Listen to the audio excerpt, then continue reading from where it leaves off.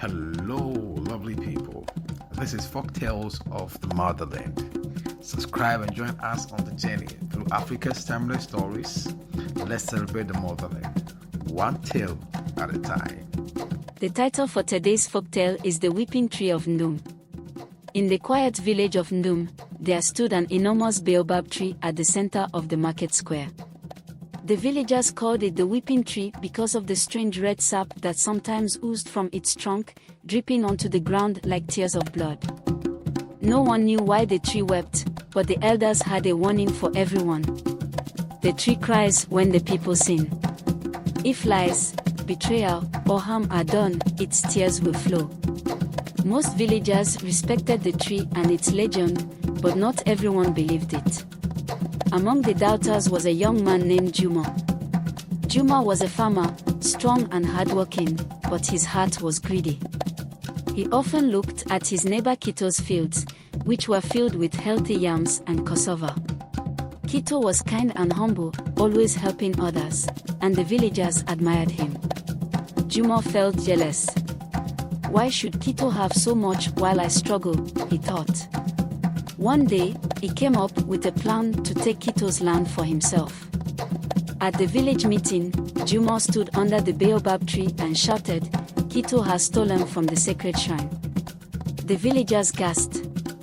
Stealing from the shrine was a terrible crime, one that could bring a curse upon the entire village. Kito protested.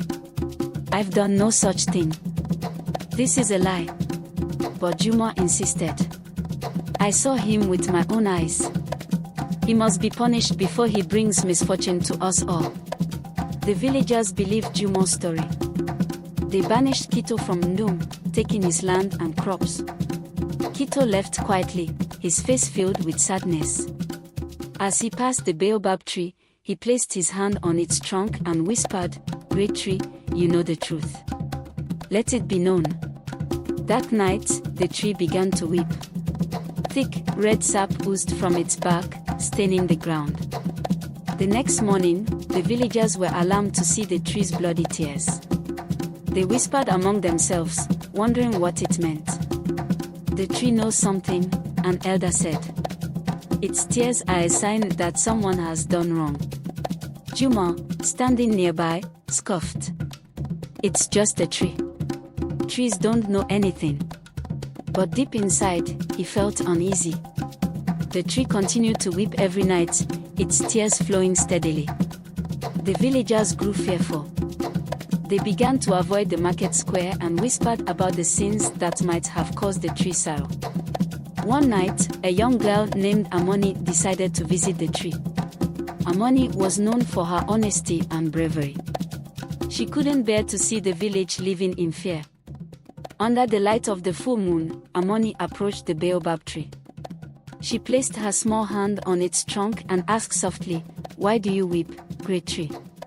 To her surprise, the tree answered. Its voice was deep and rumbling, like the earth itself. "I weep for the lies and injustice of this village," it said. "The truth has been hidden, but it will not stay buried." Amoni asked, "Can you tell us who has caused this pain?" The tree replied, "Bring the villagers here. The guilty must confess, or my tears will never stop." The next day, Amoni gathered everyone in the village under the baobab tree. The elders, the farmers, the mothers, and the children all stood in silence as the tree's tears dripped onto the ground. "Great tree," Amoni said, "we have come to hear the truth. Speak to us." The tree's voice boomed, a lie was told, and an innocent man was punished. Kito was banished because of greed and envy. The one who told the lie must step forward. The villagers looked around, confused and murmuring. Then the tree continued. "Ndume is the one who lied." All eyes turned to Ndume. His face turned pale. "This is nonsense," he shouted. "It's just a tree. It doesn't know anything." But the villagers were no longer fooled. "Tell the truth, Ndume," they demanded. "Did you lie about Kito?" At first, Ndume denied it. But the tree's tears flowed faster, and its voice rumbled like thunder, confess or face the curse of the land. Ndume fell to his knees, shaking. Yes, it's true. I lied. I wanted Kito's land and crops for myself.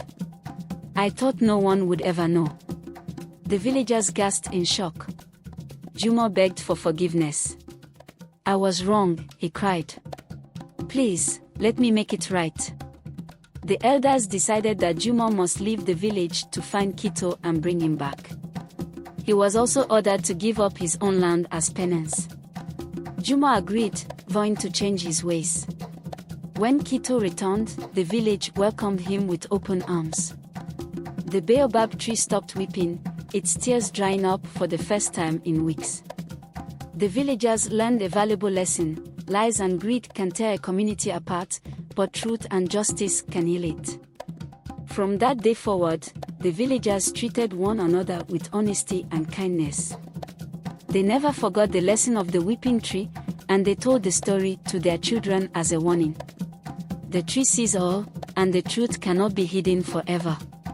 Under the shade of the baobab, the people of Ndume found peace once more, and the tree stood tall and silent, watching over them.